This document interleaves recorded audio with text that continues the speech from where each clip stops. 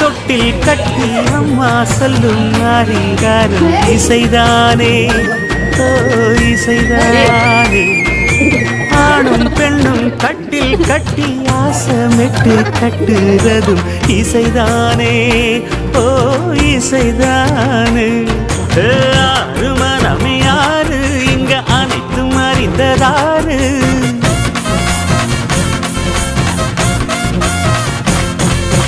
அறிவை திறந்து பாரு அதில் இல்லாதத சேரு.